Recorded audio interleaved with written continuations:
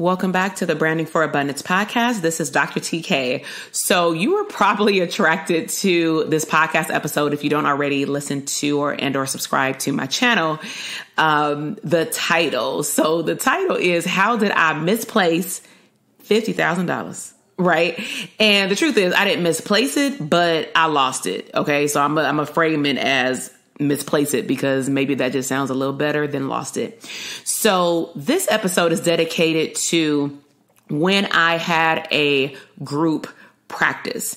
And so if you haven't listened to any of my earlier episodes, I have talked about this a little bit, but today I want to talk to you about more so the lessons I learned because I want you to not repeat my mistakes in private practice and lose money. So I've done a couple of previous episodes where I've talked about, branding a private practice, branding how you show up online in a private practice, business plans and things like that. But today I really want to speak to how we don't want to lose money. So a few years ago, I had a group practice, and just my history, just to give you some context of my practice years, is that I started private practice in the summer of 2012. I did not know what I was doing. I did not have a business plan. I did not have a branding or a marketing plan. I didn't even have a brand. I just had my name, which is fine. I did not know who my client avatar was. I didn't know what a client funnel was. I just kind of threw together a website. I didn't know how to find an appropriate therapy office space because I kept moving. That's a previous episode as well. But what I had found is that I started to receive, despite all these mishaps behind closed doors and me being unorganized, I continued to attract great clients. And it got to the point where I could not take on anymore. And so I end up first hiring some postdoc students because that's what I knew best, which was to supervise other psychology students, of course.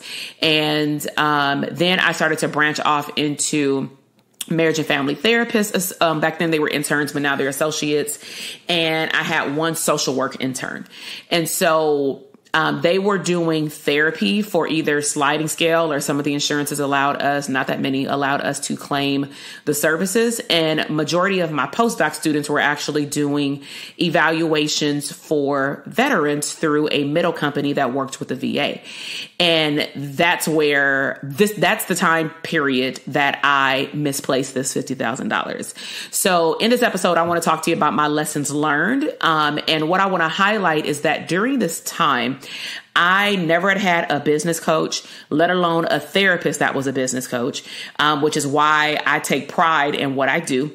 I had no type of mentorship, which opened me up to a lot more mistakes than the average person would make, having a business and then growing their business with having staff under them.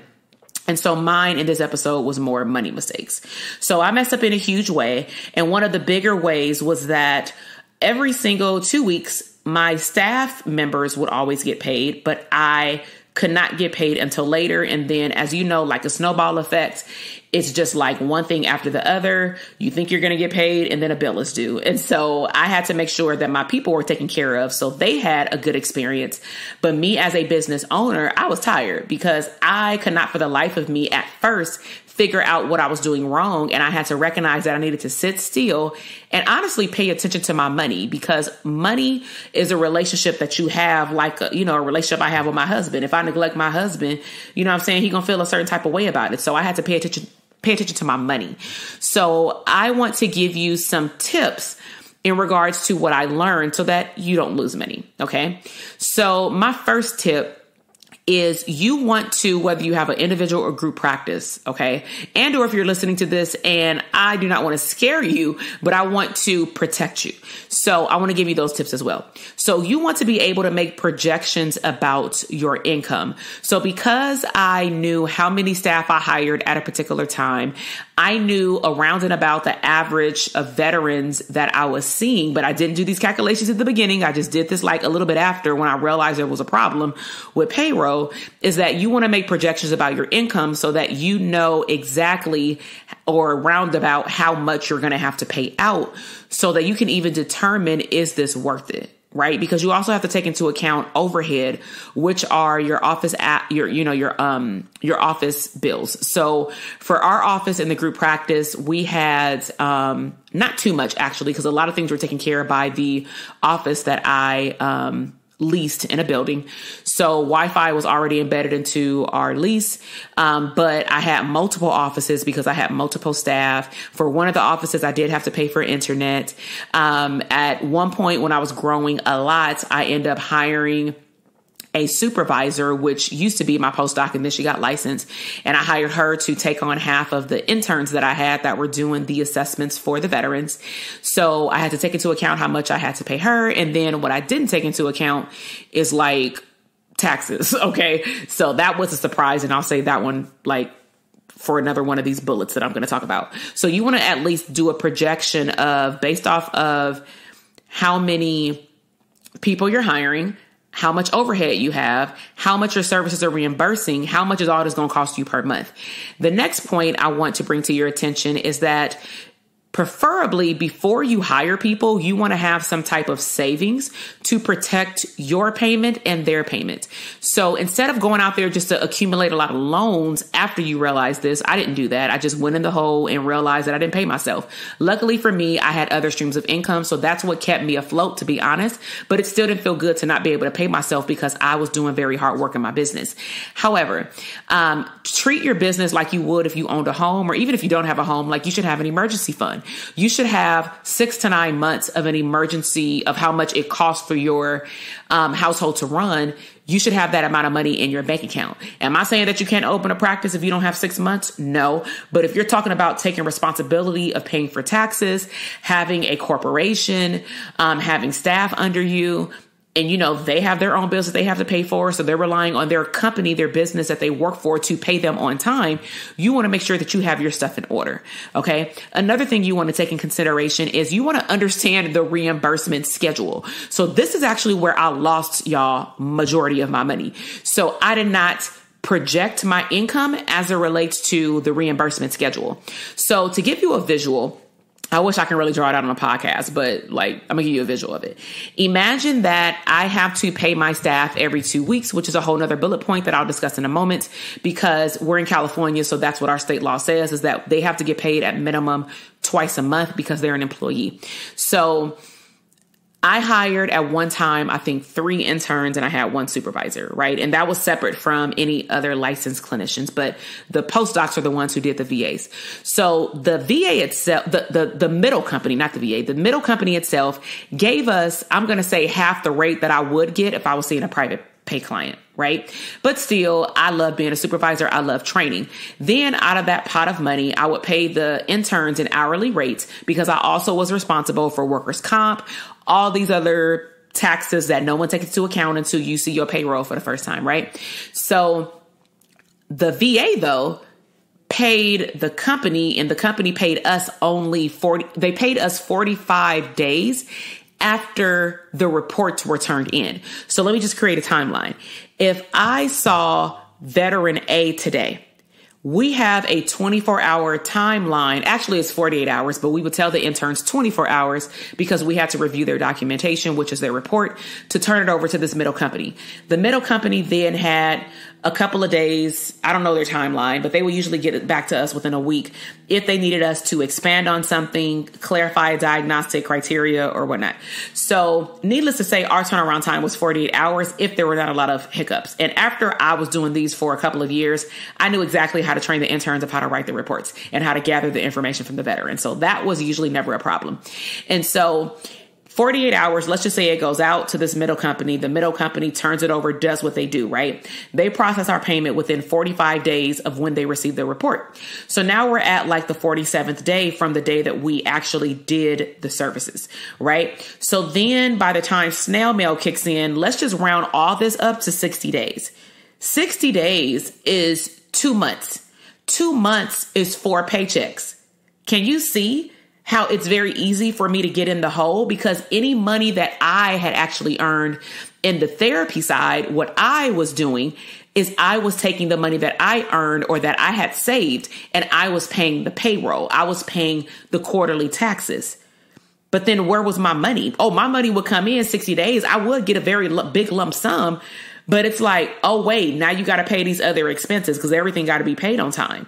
So can you now have an understanding of why it's very important to have a savings put away projections of income written down, to understand your reimbursement schedule of whomever is paying you for your services, because the next point is you also want to understand how payroll rules, aka taxes and other fees, and per your state, how people get paid, all need to be in place, preferably in a business plan, right? Listen to my previous podcast episode on business plans.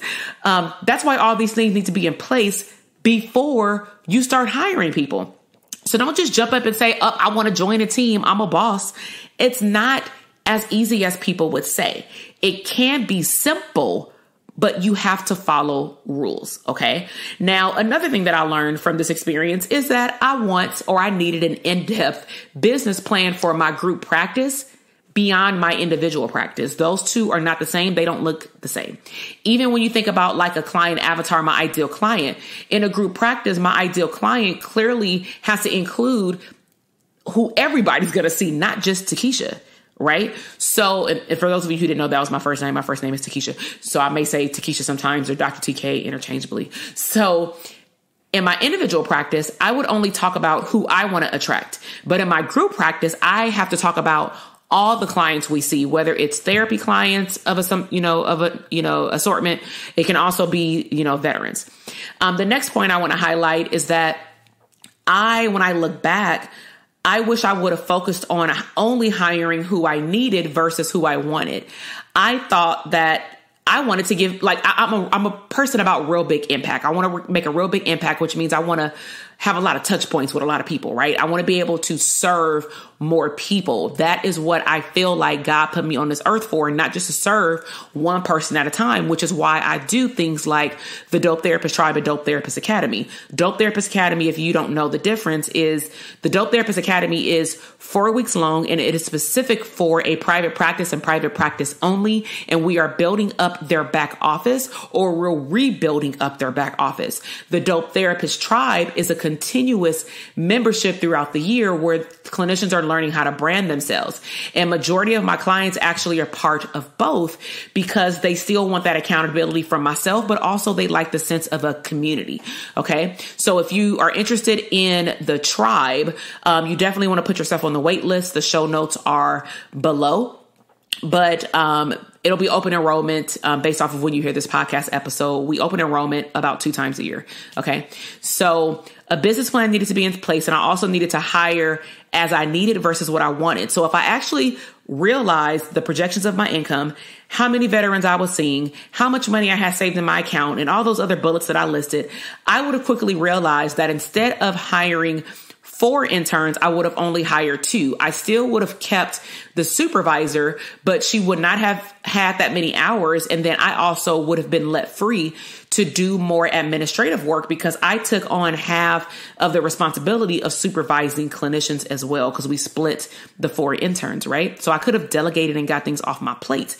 Now, my last point in regards to what I learned throughout this process is that, I already mentioned it, I'm sorry, that I could have hired 2 versus 4. So let me just recap. I misplaced, aka lost $50,000 in my business. And I'm sure it was more than that, but that's how much I could remember. Okay. And I did all this because I had no coach. I had no mentorship. I had no guidance, which opened me up to more mistakes.